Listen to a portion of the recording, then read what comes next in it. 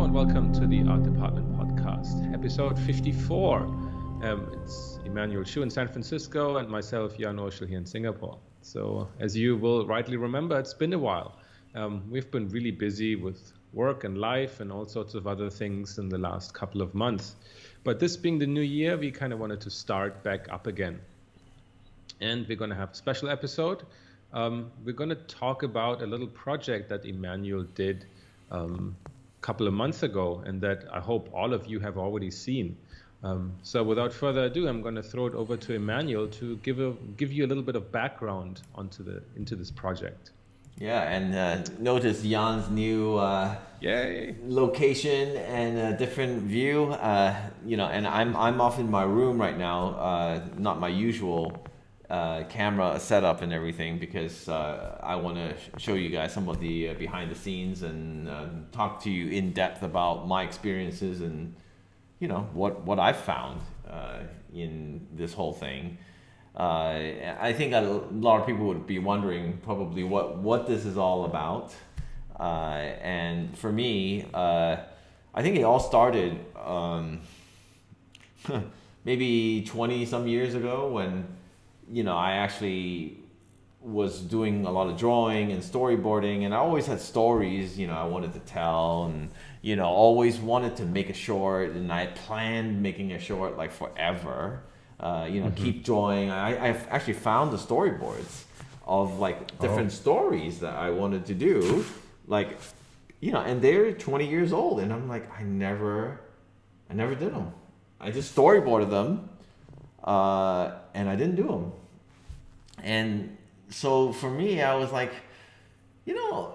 I kind of just forgot about it because it was so difficult to do it back then. It was just so much work.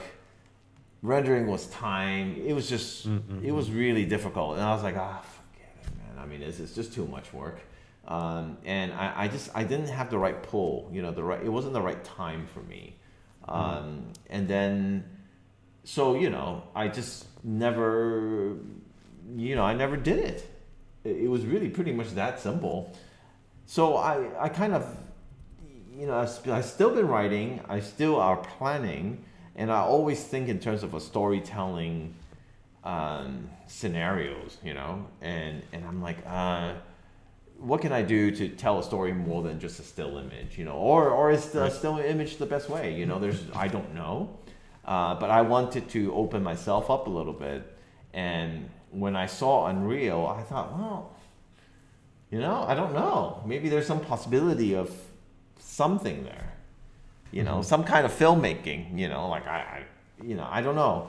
And when they had the Unreal Fellowship, I was like, wow, okay, that could be something, I mean, literally, it could be something that could, get me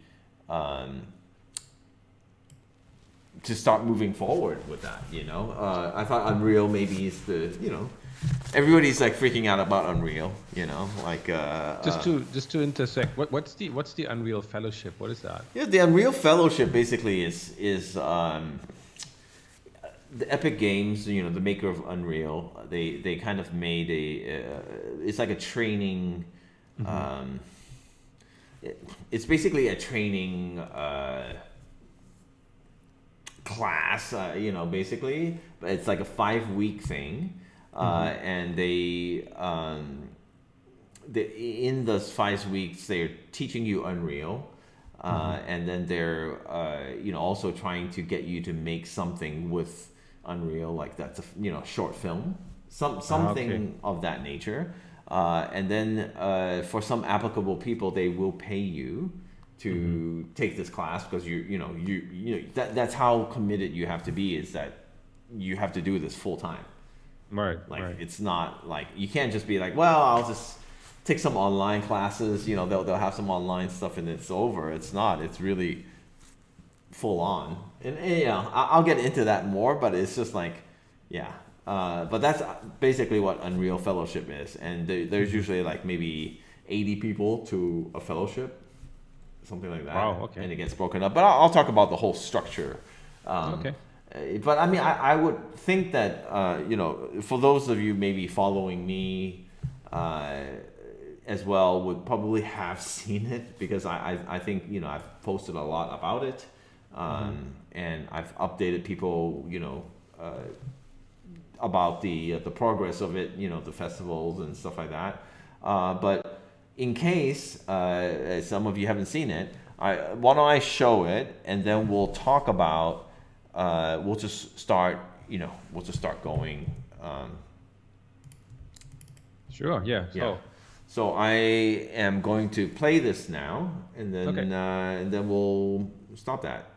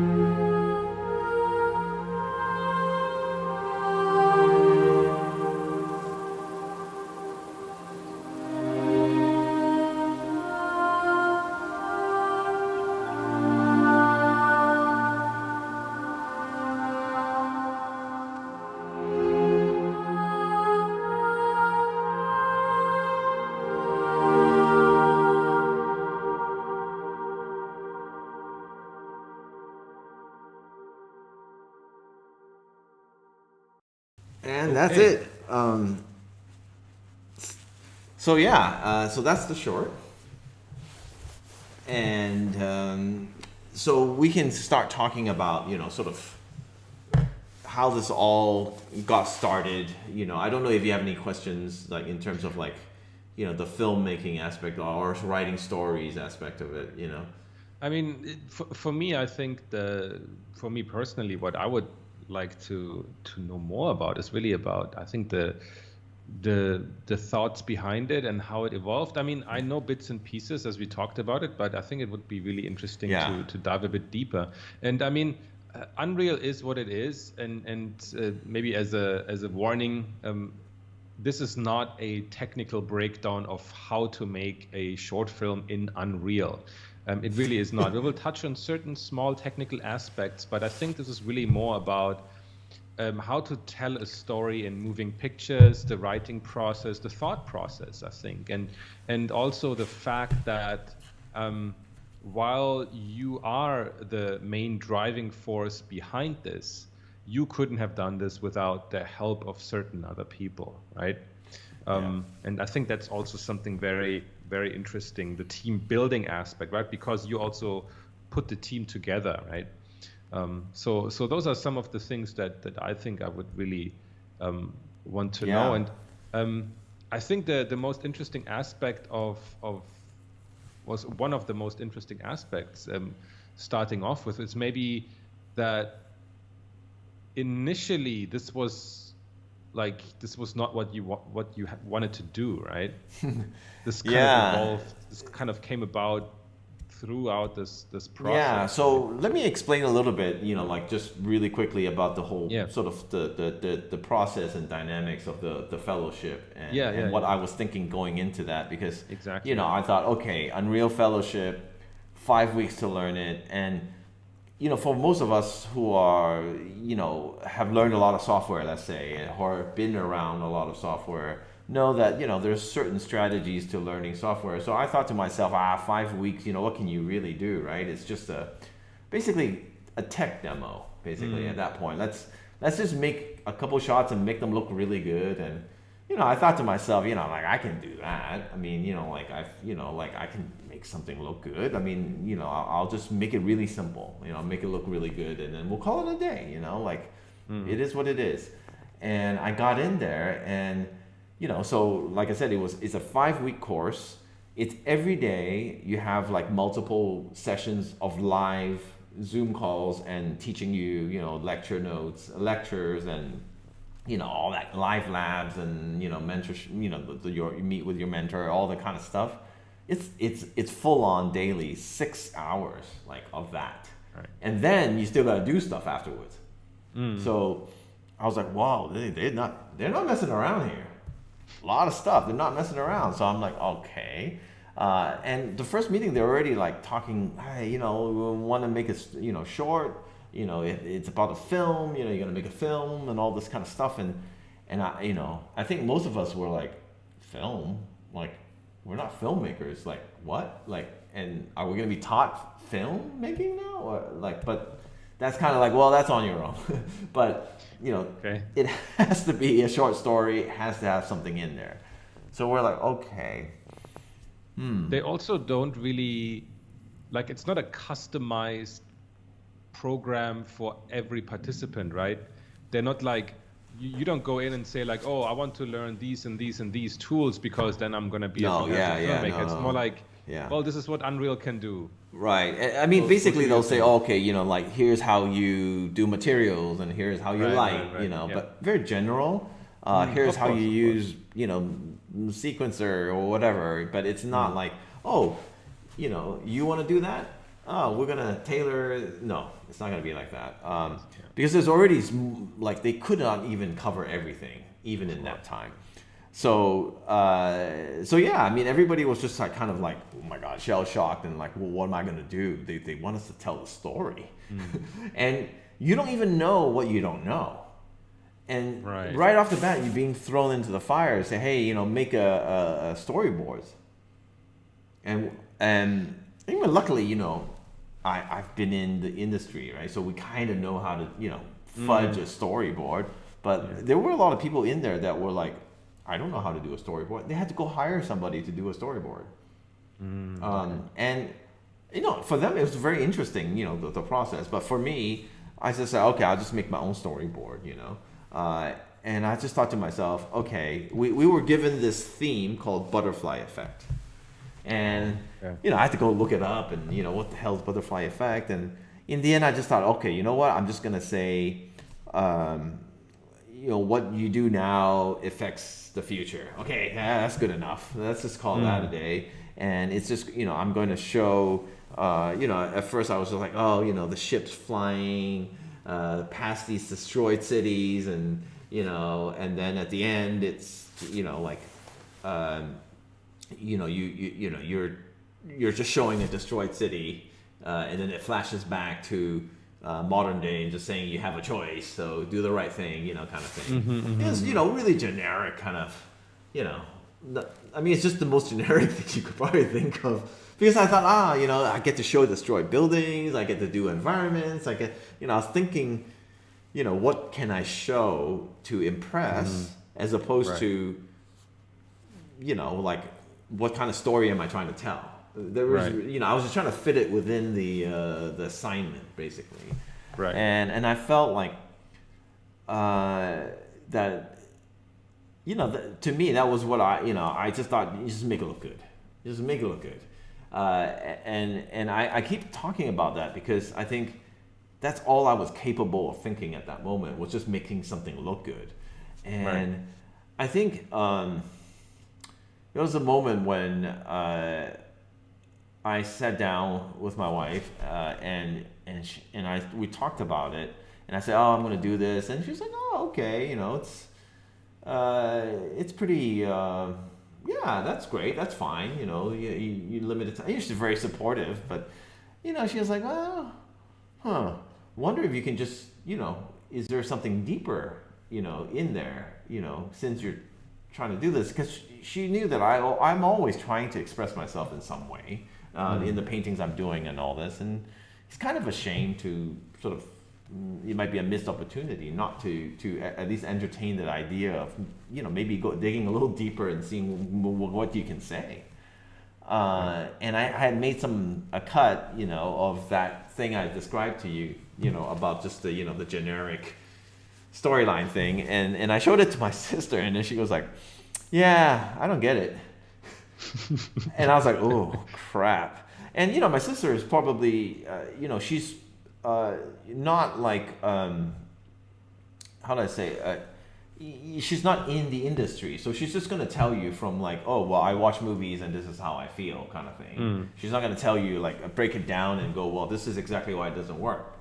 She just says, I don't know, it's just I don't get it, and it was really just that at that moment I was like, it kind of took me aback, and I kind of thought, all right, it is an opportunity. First Stacy's telling me, okay, think about going deeper. And then my sister's saying she doesn't really get what I'm actually trying to do.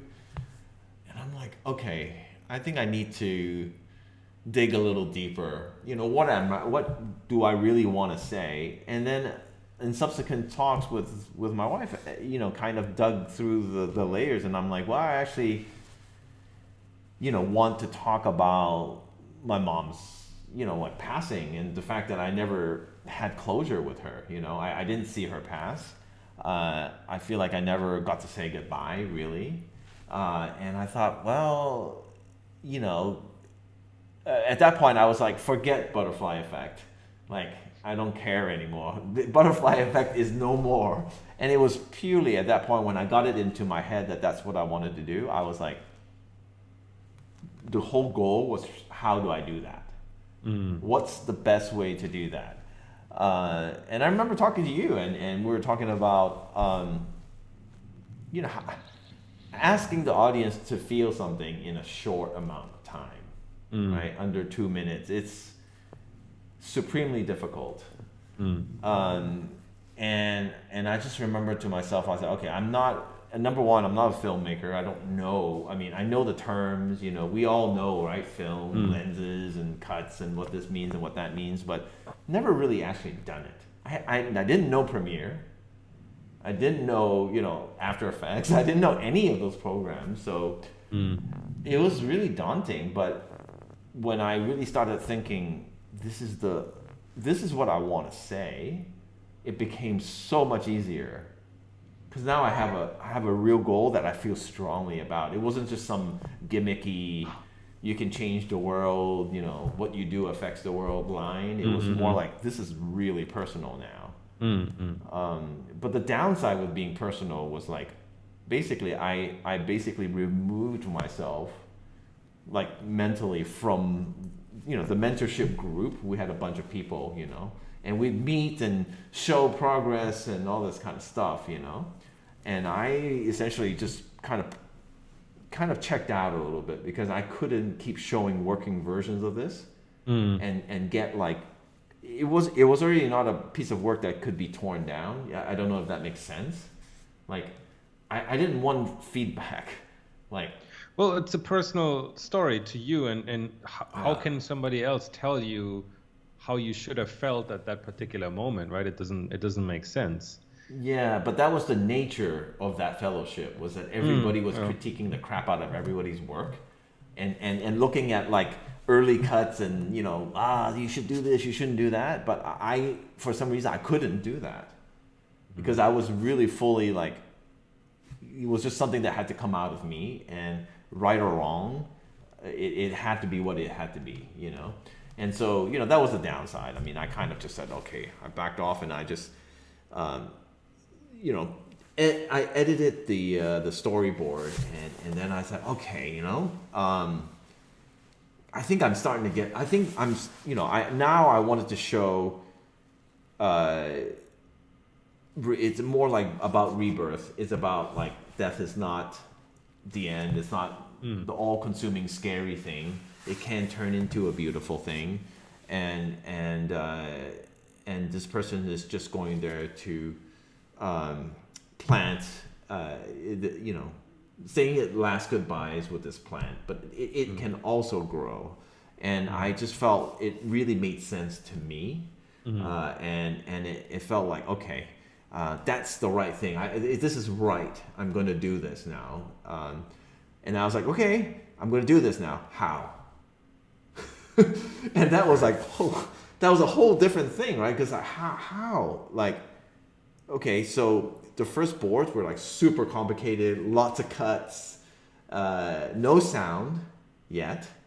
And then I made it, and then I put some sound into it. I went to some free sound sites and downloaded somebody's score and put it in there. And it wasn't a bad score, but it wasn't this score. And I didn't know what I didn't know. But as soon as I put even like not a very appropriate score, it changed everything. Completely. At this point, it was still storyboards, or what? Yeah, this was still storyboards. They were pushing us, like we were like 3 weeks in. They were pushing us like, hey man, you gotta get everything in. I'm like, I'm still trying to get this right. Like how, and I was kind of using Maya for certain things. Brought in some, like some Mixamo animation. Just cutting it together just to see if it would work. That kind of thing. And it was just like, I'm just sitting there going, yeah, okay, we need some sound. So, put music in there, like the stock music. And I remember a long time ago we had talked about stuff and you were like, sound makes every difference, all the difference. And I'm like, yeah. Because, Jan, he believes in what he believes in. And I'm like, I didn't know, right? I didn't know. I mean, I never worked with sound. I mean, I don't even listen to music. Like, honestly, I don't listen to music. And that might sound weird, but it's just not what I do. And then I was like, well, okay, let me go up there and just, this sounds kind of appropriate. I put it in there, and it was like, it kind of completely changed everything. And I was like, wow, sound is really important. I guess Jan was right. Sound, I mean, the imagery could have been much much more lo-fi, and the sound would have carried it through, but not the other way around. And I really started respecting what sound is in the score, right? So I was like, wow, okay, the score really brought home the feeling of it, and I was like, okay, I can't find the right score, so let me hire somebody. Like, I'm like, there's no way I can do this myself, because there's just no way. I didn't know anyone, so I put out on Facebook, and luckily I was introduced to Mike Vignola, sorry, I said, look, I mean, I don't have a ton of money, but would you want to help, me score this thing? And he, was very gracious, and he gave me a very reasonable price and said, hey, hopefully if, we'll work more in the future. He got the exclusive rights, which I had no problem with.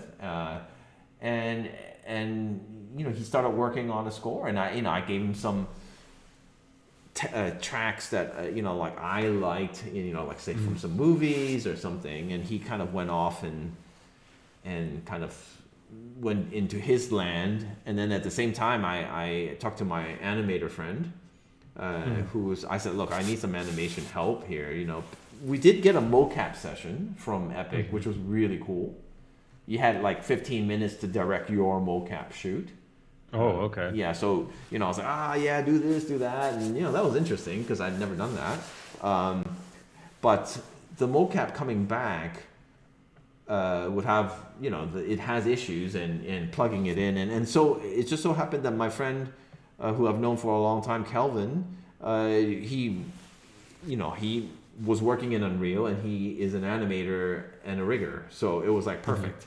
So he was helping me sort of clean up and reanimate stuff, and like it was stuff I didn't know how to do. And I was like, okay, all right, so pieces are coming together now, right? The cut's getting a little bit stronger, but the spaceship I hadn't designed yet. Like I had designed the back of it from from paintings ago. So now I got to design that. The character was a big thing. Like, do I want to, because they were pushing like the metahumans, stuff because they wanted to show it off. But I just, for some reason, not only am I doing a lot of these masks and space masks, things like that, things that I'm known for, but I really wanted this to be kind of no face, no expression. I wanted it no dialogue. Like that was one of the things I started. I did not want any dialogue because I wanted to show. I felt like everything that I wanted to say can be shown with body language, and music, and just how you shoot the camera.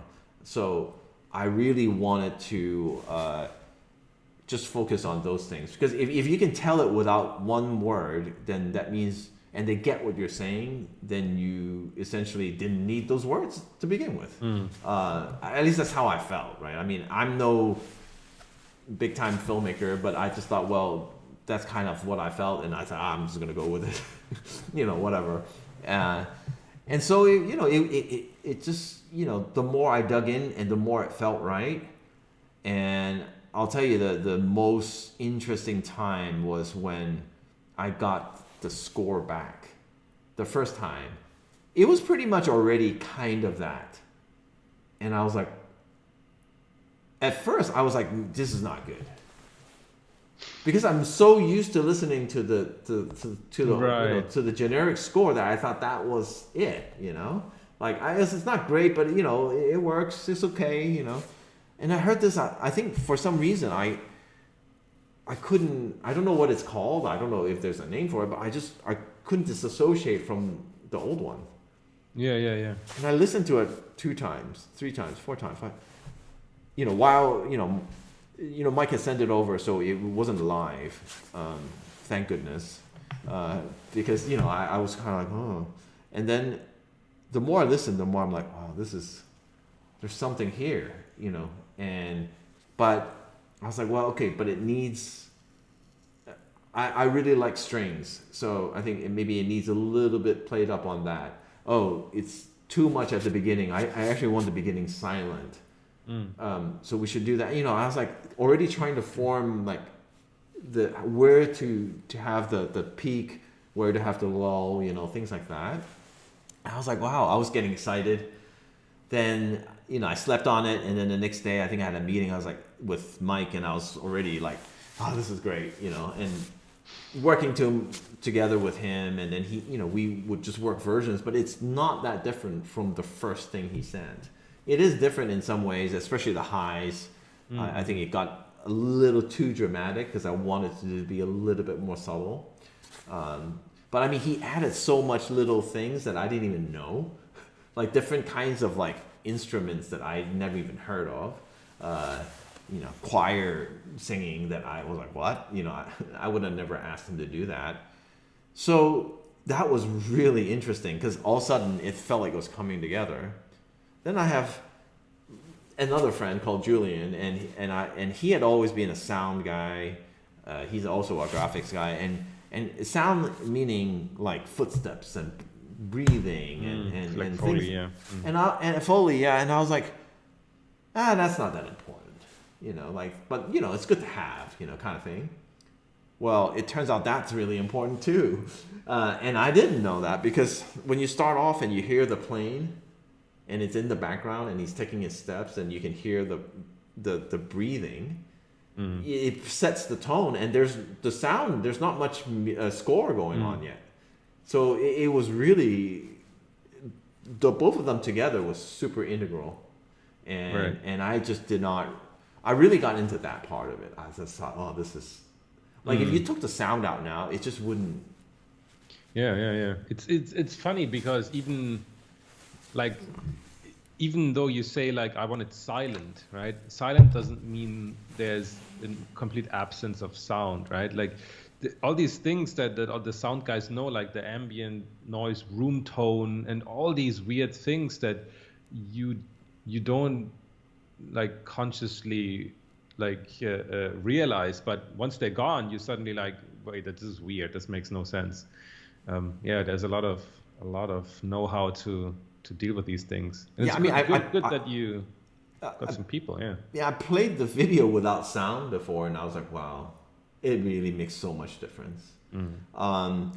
But I mean, I was really, and I was having a blast working with different people, because you can never be the best at everything. There's just no way. You know, having, I mean, I think I had the first taste of working as, I guess, some sort of a director in that capacity, where, you know, you're really bringing different people with different skills in to make a bigger product than you could ever do yourself.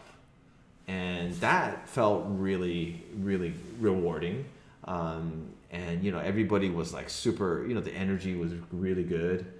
And the more I saw it come together, the more excited I got. And the more cutting I did.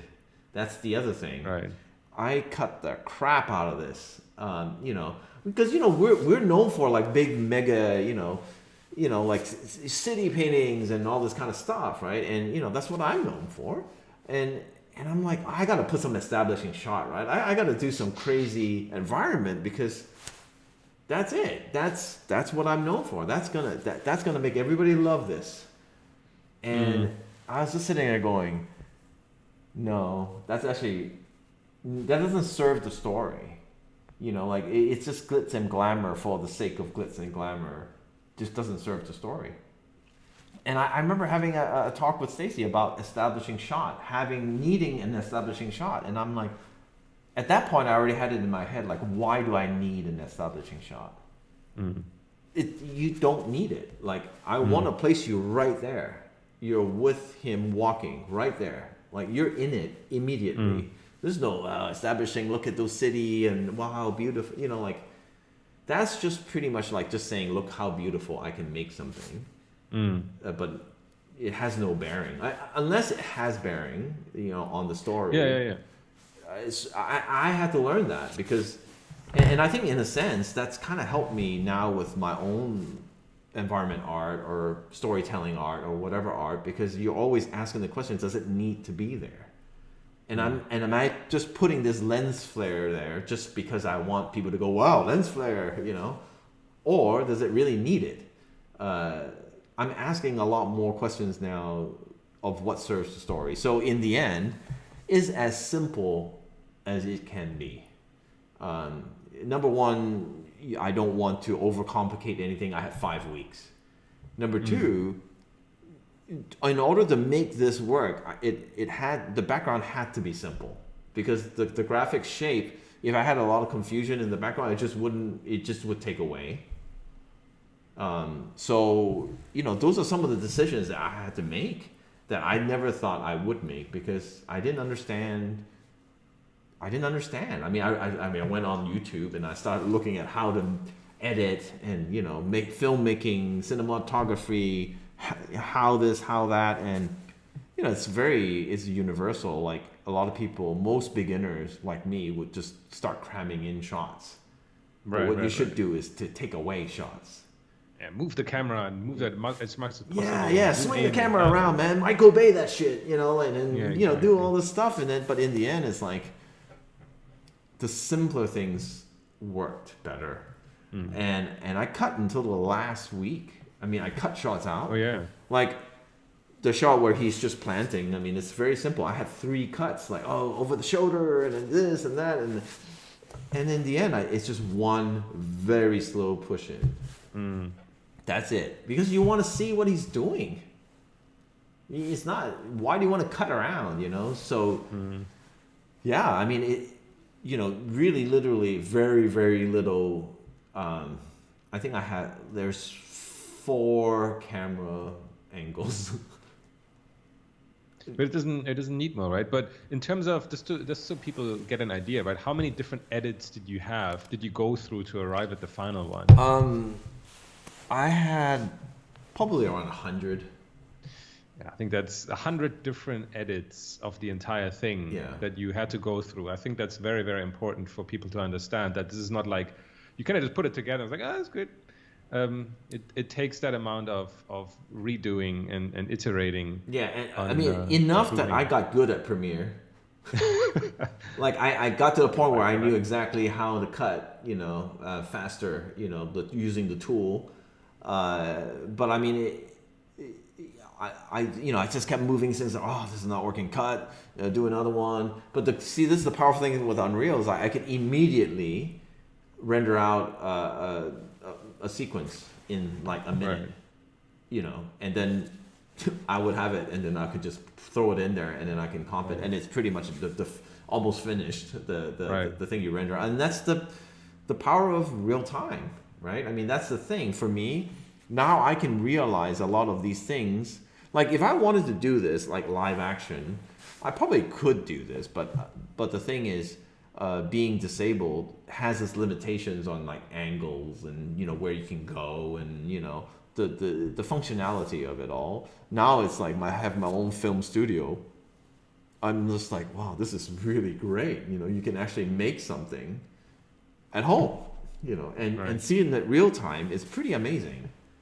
I mean, that part of it is just, I'm very impressed. It's not an easy tool to learn. Not at all. Like, there's frustration. There's very frustrating parts, but I think even with that though, I think it's a very worthwhile tool. And I mean, and as you can see, it has power. You can make it look really well. Like not like a video game. You can do anything you want in it.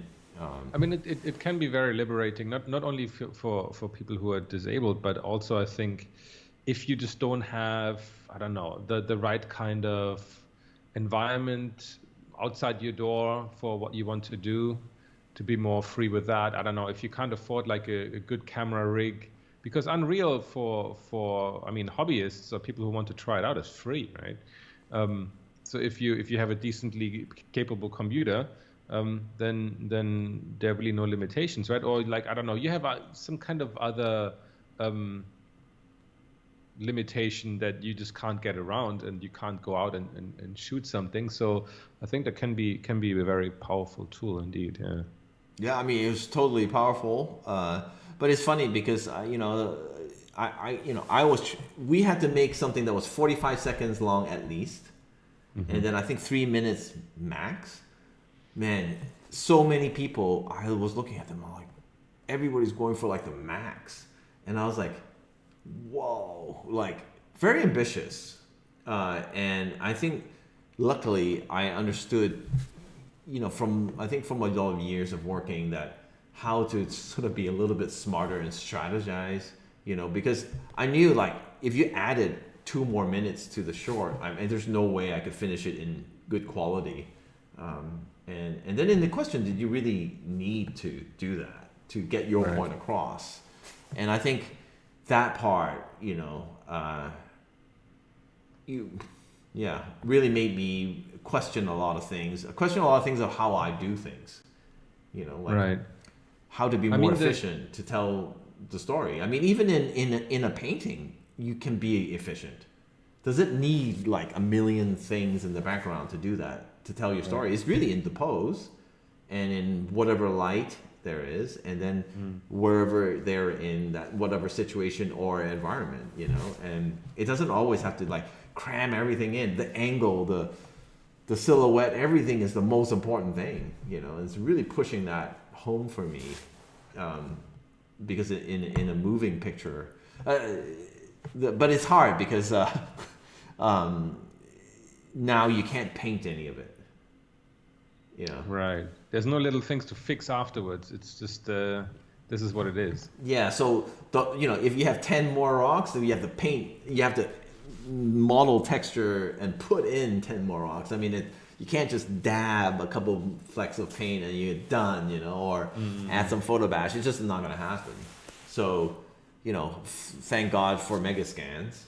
Obviously, that comes with Epic or Unreal Engine, and I basically used what I had, only thing that was modeled was the helmet and the ship.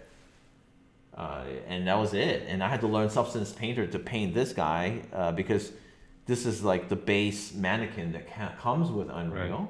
And I said, oh, screw it. I like the silhouette of it. I just don't like that it's super clean and, so I took it into Substance and painted it. And it, I learned Substance Painter as well. So it was just like, oh my God, it's a lot, and then I painted the helmet in Unreal because before I painted on top of it in Photoshop.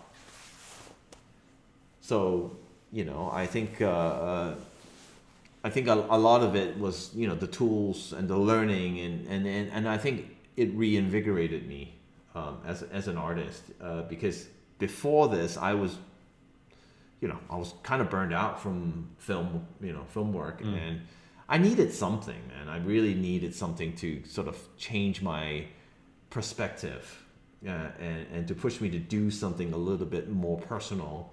I always do things that are personal, right? Like the rooftop guy, all those things are personal. But I in a conversation with Stacy, we'd be like, yeah, that's personal, but what were we trying to say? And I found myself not really knowing. Like, I was like, well, it feels right and it's kind of cool, and what are you really trying to say? And I was like, that's a good question. And with this one, I felt like it's the first time I've done something where I absolutely knew what I was trying to say, and I didn't care how people felt about it. It was all just for me. Like, I didn't care if it got 10 views on YouTube, so be it. If nobody liked it, so be it. I did it for me because it was my closure. It was like a tribute to my mother. I mean, you can't do that wrong.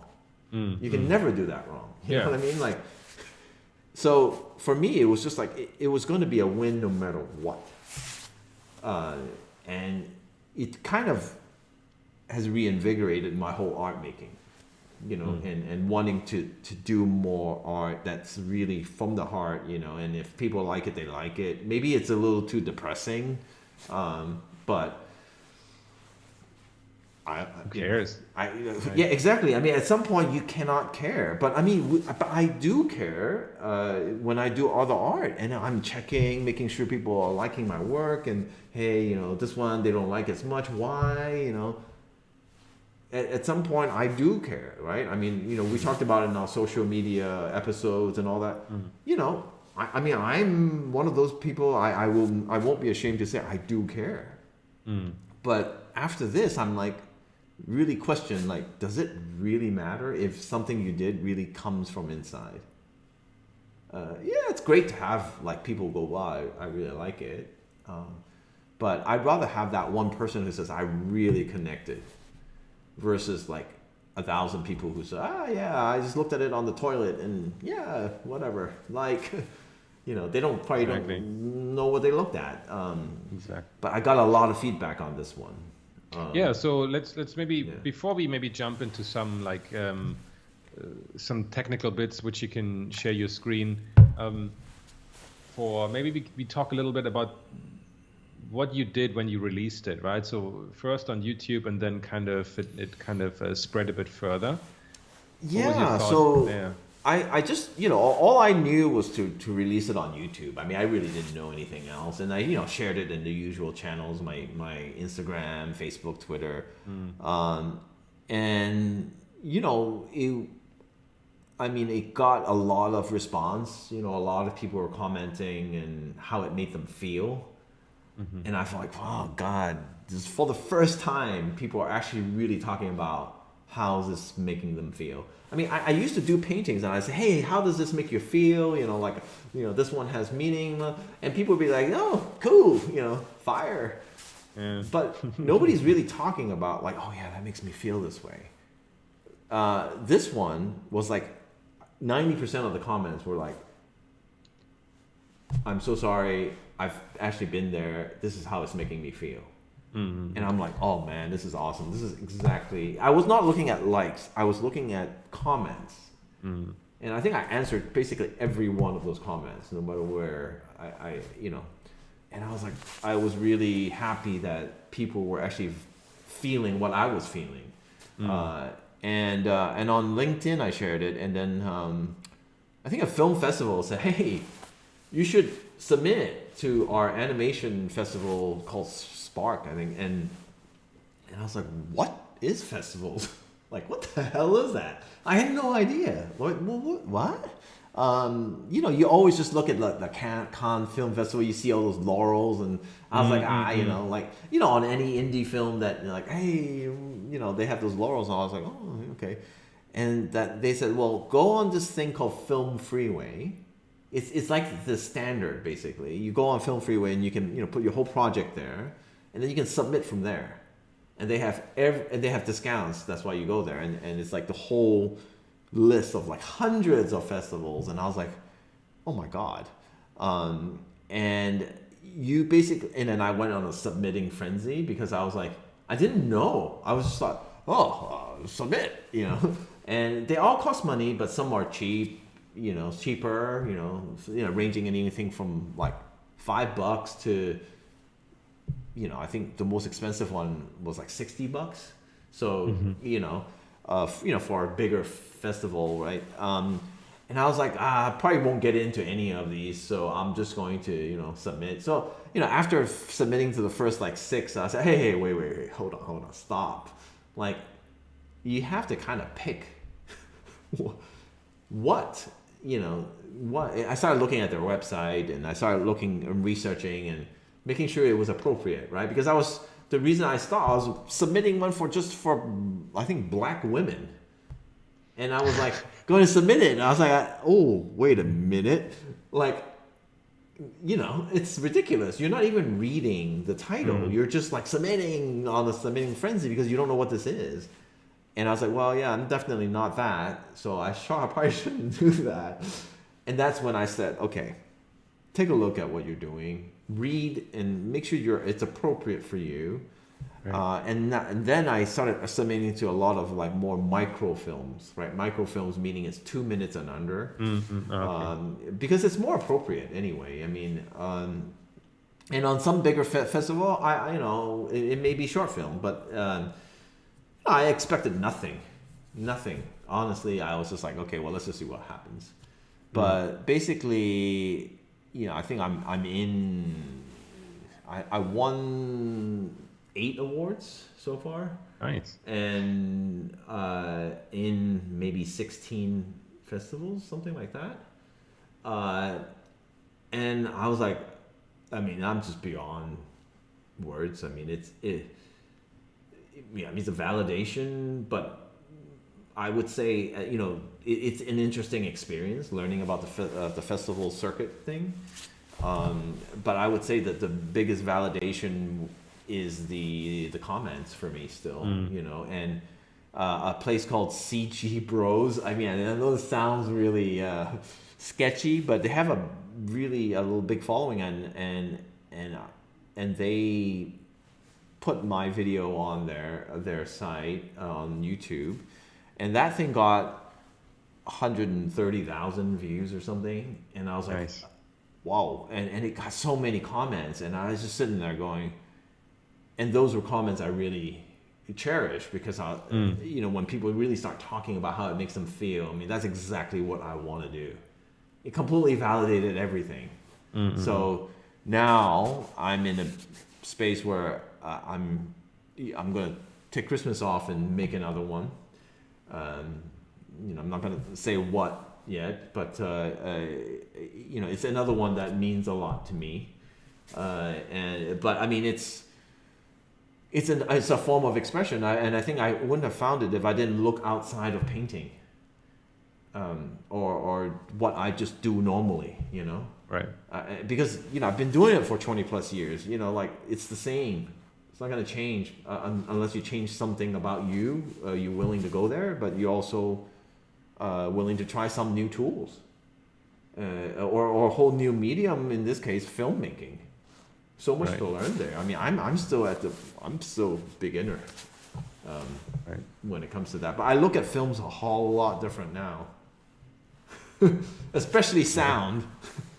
That's Like interesting. Cool. I cannot. I mean, I watched The Matrix yesterday, and I was like, I would really listen to the sound and score and all that kind of stuff. It was interesting to do that. But yeah, I mean, that's by and large. You know, I mean, I can show some. You know, obviously some of the things that I did. Yeah, show us some stuff. So, so this was sort of the original sort of like, I'm gonna make it cool, you know. I'm gonna make it I mean, it's very concept art, right? You know, but I thought, wow, it's got a real, it's a little too somber. Yeah, it's very dark. Right? It's just not really the thing that I want, you know, for this. But you know, I was still at the concept art phase, right? You know, like you know, right. and that's what I meant by trying to hit you over the head with a hammer. But you know, because when you look at this and then you look at this, in the end, it's very, very different. You know. Yeah. And it's actually a lot more appropriate. And so you know, these are some of the stills. Like you know, this is the beginning shot. Right. Just as a contrast, how different that is, you know. Right. And you look at, you know, so the ship I had to do, and you know, the rest is like mega scans.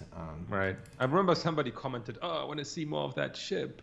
Yeah. So I am going to actually show, finish off the design, and then I'll do a fly around. You know. There was like a typical kind of like, I don't know, designer concept. Yeah, and honestly, I do like that ship, and I want to see it, but it has nothing to do with the story, really. Yeah, exactly, right. You know, and I think it's really important to realize that. No, but no, actually, it has a function, but it could have at the same time be something different, like I don't know, a hot air balloon or whatever, right? It's just the thing of like departure, right? Yeah. Not being there. Right, that's the main message behind that, and I mean whatever, like it's just because you like spaceships, right? And yeah, exactly. And like this shot, it was like I went through like the engines were glowing hot, you know, and all that. I completely took it out, but guess what? People were still gonna ask, hey, how did you do those ripples, the heat ripples? And I'm like, damn, is that what you noticed? It's funny, you know, and I don't mean to be making fun, but I mean, no. It's just interesting. The thing is, yeah, it is interesting because they notice the ripples, and then there's a big group of people that says that look. The look is what got them, and that's what I wanted. But then, if you don't put the ripples in, it doesn't feel right. Right. You want them to feel.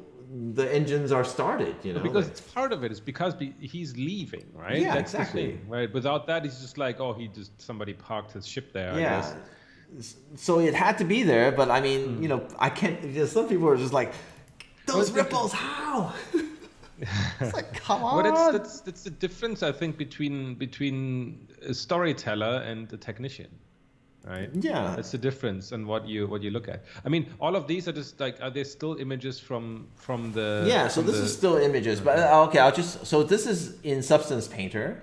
Right. You know, I went and just painted it as much as I knew how to do it.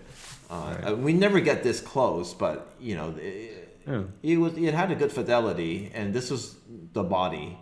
Right. I just had to add some and Substance is really powerful. But I had to learn this thing, and it worked really well. And then, of course, this is probably what most people want to see, which is the actual Unreal. So you see this, and it's actually doing its thing. I mean, it doesn't look a whole lot different. It's just color graded different. Right. This is like you can now rotate the camera anywhere you want, and this is just going to play back right over and over if you want to. Yeah, you can. So I mean, that's the beauty of real time, right? Yeah. So I mean, I can just scrub through it, right? And you can just change it to this and scrub through it. I mean, make it more dramatic, man. The God rays. Yeah, make those God rays. See, but the thing is, the rays in the angles that I chose they're just more like fog, right? Like that. There's no real rays. It wasn't the point of the shot, but now you can just kind of move around. I mean, you know, you can look at it from this angle and say, well, you know, how does that work?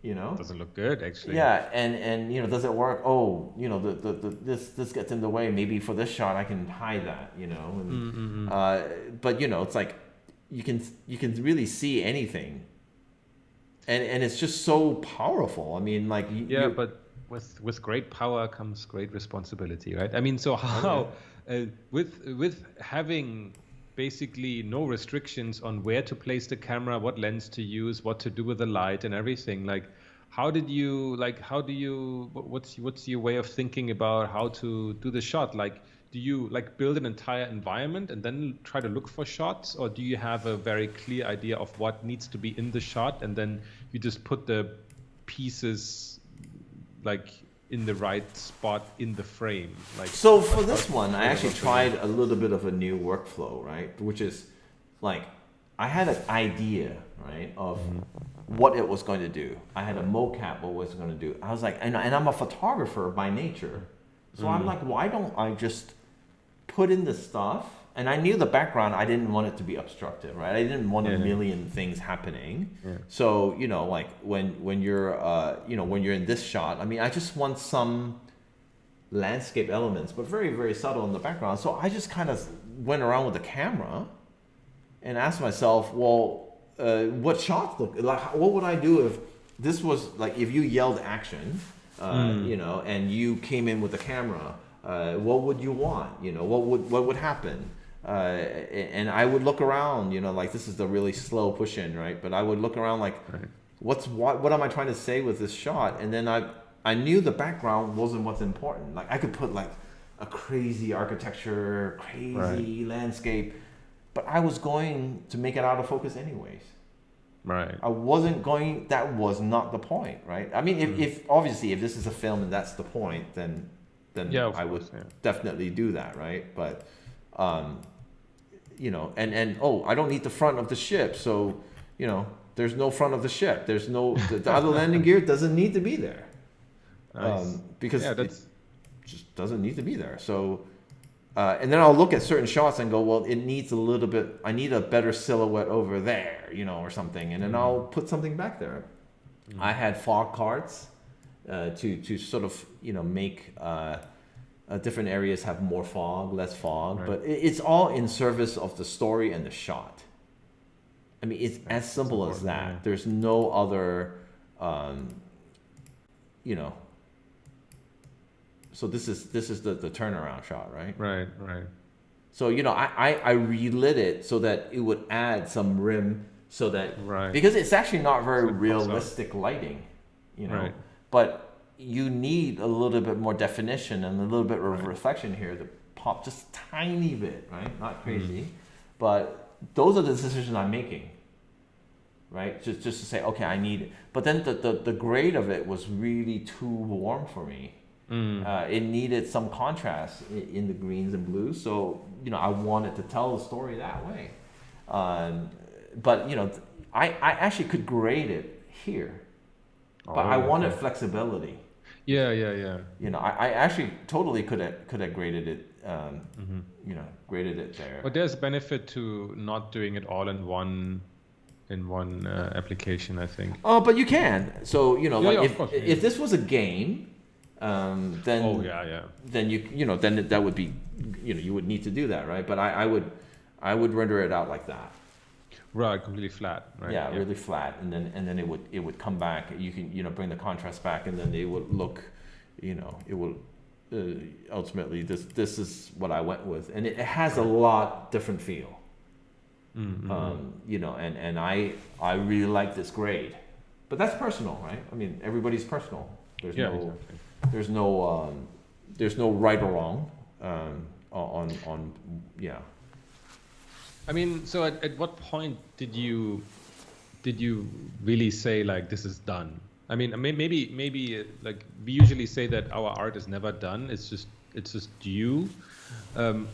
Was that the same here, or were you like, okay, I think this is as far as I can push it, and I need this to be done? I don't know. So for me, it was done when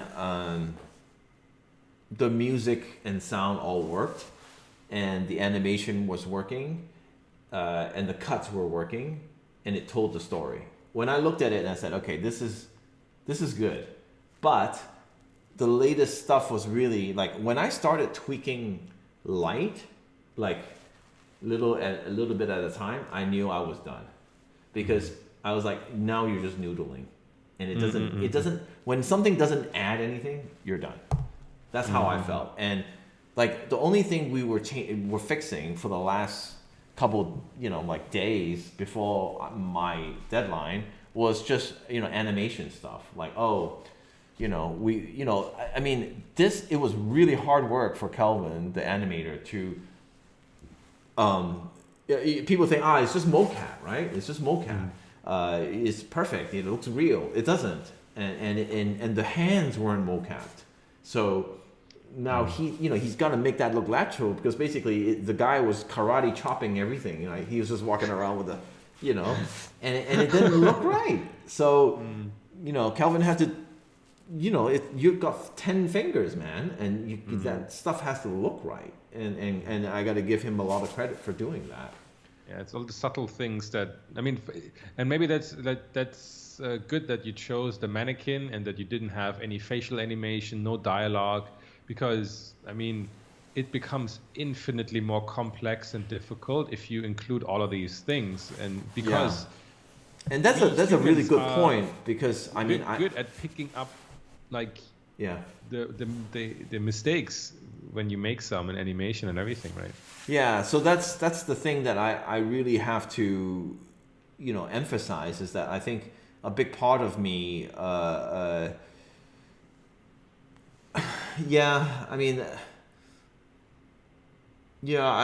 it's hard, because you can kind of noodle stuff to death, and when it doesn't serve, what you're doing, and you're still doing that, it can be very detrimental to the thing itself, and you can actually mess it up. I mean, I don't know how many times have you done something where you're like, the old version was better. Like that happens to me all the time. So with Kelvin, he really, he really helped the process. And for me, I think, as long as the soul of the piece is there, I don't, it wasn't perfect to me. But right. I think the fact that it wasn't perfect was perfect. Because it didn't need to be. And I think at some point, people will, if you can get past that, you're looking at, look at what I had to get past. They had to get past this 3D thing. My goal was like, I had to get you past disbelief. As soon as you get past that, good enough. But then I also had to battle, what is that? The uncanny valley, if I put in a character. Yep. So I said, no way, I'm not doing that. Because like, you can have all this uncanny valley stuff, like, you're trying to make this thing believable so that people can feel what you feel. And then all of a sudden, you've got like uncanny valley happening. How can they feel what you feel? They're already pulled out of the story. So I just said to myself, I can't do that.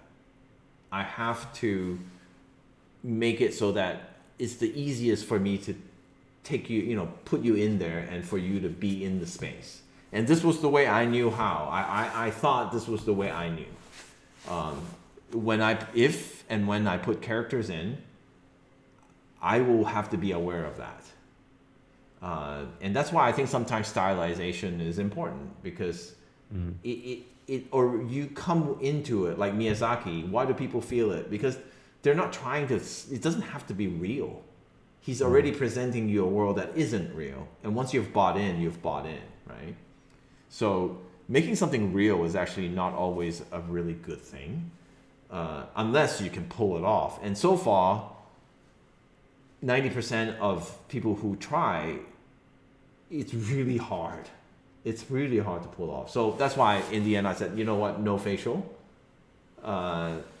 And like with this, it's once you buy it, and the animation just had to work good enough. Mm-mm-mm. But I had a lot of people comment on the animation; they really liked it. So I mean, again, it does help that it's a mannequin, so you forgive some little things here and there, but it's just, I think it's picking the right fights, because I mean, like, you already had the how to say, like, I mean, you had to start from scratch. You had to start from learning something completely new, and then adding all these other challenges on top is not gonna, at least for the first project, is not gonna go well, right? But now, like you said, like, now you know a lot more than you knew before, and you have at least you have one kind of process in place that will get you to the end, and now you can improve on that, right? And if you do a new one, it's gonna give you new challenges, but at least you know how to deal with all the other challenges that you've already faced, right? Yeah, so I think one of those things that I also think is very important for people is to try new things and to be okay to fail. Absolutely no problem. Like just make sure whatever you try to do is simple enough. But like there's certain things where the reason I say it's okay to fail, because I failed more than 100 times doing this. Many times. I mean, enough that my sister is telling me I don't get this. Like it's a big hit on your like ego, like and stuff, because you're like your family is supposed to be encouraging, and she didn't say it in a way where she's like, oh, you suck, but she was just like, I don't understand. And I think that it's partly in that comment that helped me get past certain things, but you have to fail many times, but sometimes a new thing really brings you into a whole new you. And I think it's important, like you mentioned, I mean, you don't have to show it to your sister, but I think it's important to show it to people who are not like you. Like, if you show it to another designer, I think, or another artist, and then ask those questions of like, what do you think, and does it make sense to you? And then I think what you automatically get is somebody else pushing their agenda onto yours, or trying to bring their, like, oh, it would be cool if you do this and this, and then suddenly you get distracted from your original purpose. Yeah, that was like the mentorship, right? So the people who saw earlier cuts were like, you should add an establishing shot, and you should add this, and you should add that, and I'm like, yeah, then you start doubting yourself. Yeah, you do, but then it also builds you up, because you're like, okay, I don't want that, and this is the reason, and then now you're sure of yourself. But it does plant a lot of seeds, and I didn't want to show you for the longest time because I was afraid of what you were going to say. And I just, again, I would put my own like wants and needs on there, and it wouldn't make any sense anymore, right? I mean, the funniest thing is always, though, like you said, you made something and you were like, hey, this is pretty cool, right? And then you watch it with somebody else, or somebody else gives you your opinion. You're like, suddenly everything changes, and you're so much more conscious of what you did, and it changes the dynamic completely. Yeah, it's funny because I look at it now and I'm like, it's been a couple months and I still really like it. That's very rare. I usually hate my paintings as soon as I finish them. Right. I mean, I don't know about you, but... Oh, yeah, but there are pieces I make and I'm like... But the thing is, for the stuff I make, I cannot remember how I did them. It's a weird thing. Like, I look at them and I was like, how did I ever do that? And why can't I do it again? Kind of thing. Whereas whenever I kind of know exactly what I did and how I got there, then it's kind of like, I don't know if that's the same feeling for you. It's like sometimes something happens and you kind of Yeah, and like on this, yeah, definitely. And I because I'm going to go for this new one, and I'm like wanting to go the same as this way, like with the feeling, right? The people and all that. But I realize, I don't want to set myself up, like it's going to be a new one. It's going to be a different one. And I'm just going to let whatever challenges come and deal with it then. But I think the most important thing is that as long as it's from the heart, you cannot go wrong. You just can't. You know, if you're doing it for likes, then sure, things can go wrong. But if you're doing it for yourself, it can never be wrong. And I think that's a new mantra for me, and it empowers me to make stuff that's really truly from me, you know. And you know, I've noticed myself in the last couple of years, I'm doing a lot less, you know, glitzy environment, big, huge, this, that, and the other, and doing a lot more personal things. I mean, there's not a glitzy anything here to speak of. You know, Right. There's nothing here really. I mean, like nothing you couldn't create on your own. I mean, most, you know, like that mannequin. I mean, you can go to marketplace and get any helmet, put it in there, right? That's it. What mega scans? There's nothing here that you couldn't create. So it's just one of those things where as long as it's from you, it's going to be you. So, and that's the only thing I have to offer. I got nothing else. Like I could put in the most glorious looking thing I did for Thor or whatever, and it would just be okay. Then it's a design exercise, and if that rocks your boat, that's awesome. But I just found myself going a lot more in this story route, and hopefully it's something that also speaks to other people. That's it. Exactly. I think that's a good way to wrap up this episode. I think it was really enlightening to hear some of the thought processes and what you had in mind while creating this, and I think some really good advice for people, not only for people who want to make short films or use Unreal, but in general who want to embark on using new tools, new processes, and dig a little bit deeper than just doing another spaceship, maybe. I don't know. Yeah, but you know, I want to preface it by just saying that you know, if you want to learn the software and just say, hey, you know, I want to use lighting on this thing and make it look realistic, that's totally fair. But if you want to make it a bigger thing, which is what the Unreal Fellowship was about, then you need to dig a little deeper if you want to touch an audience in that way. Right. But it's totally fair to also, you know, just work on certain shots and say, hey, I need to understand how these materials work, you know, kind of thing. Right. Yeah. Cool. Sweet. Okay. I think that's all. Thank you guys for tuning in. And I think we'll see you guys in the next one. And we promise it won't take as long as the previous time. Yeah, we're working on a new format, and I think basically we're going to bring you some content that's that we think is important like before, but I think we're going to take some time to really make it the way we want to make it. And I think we'll leave it at that. Exactly. Okay. All you have a happy new year, and we'll see you soon. Bye. Bye.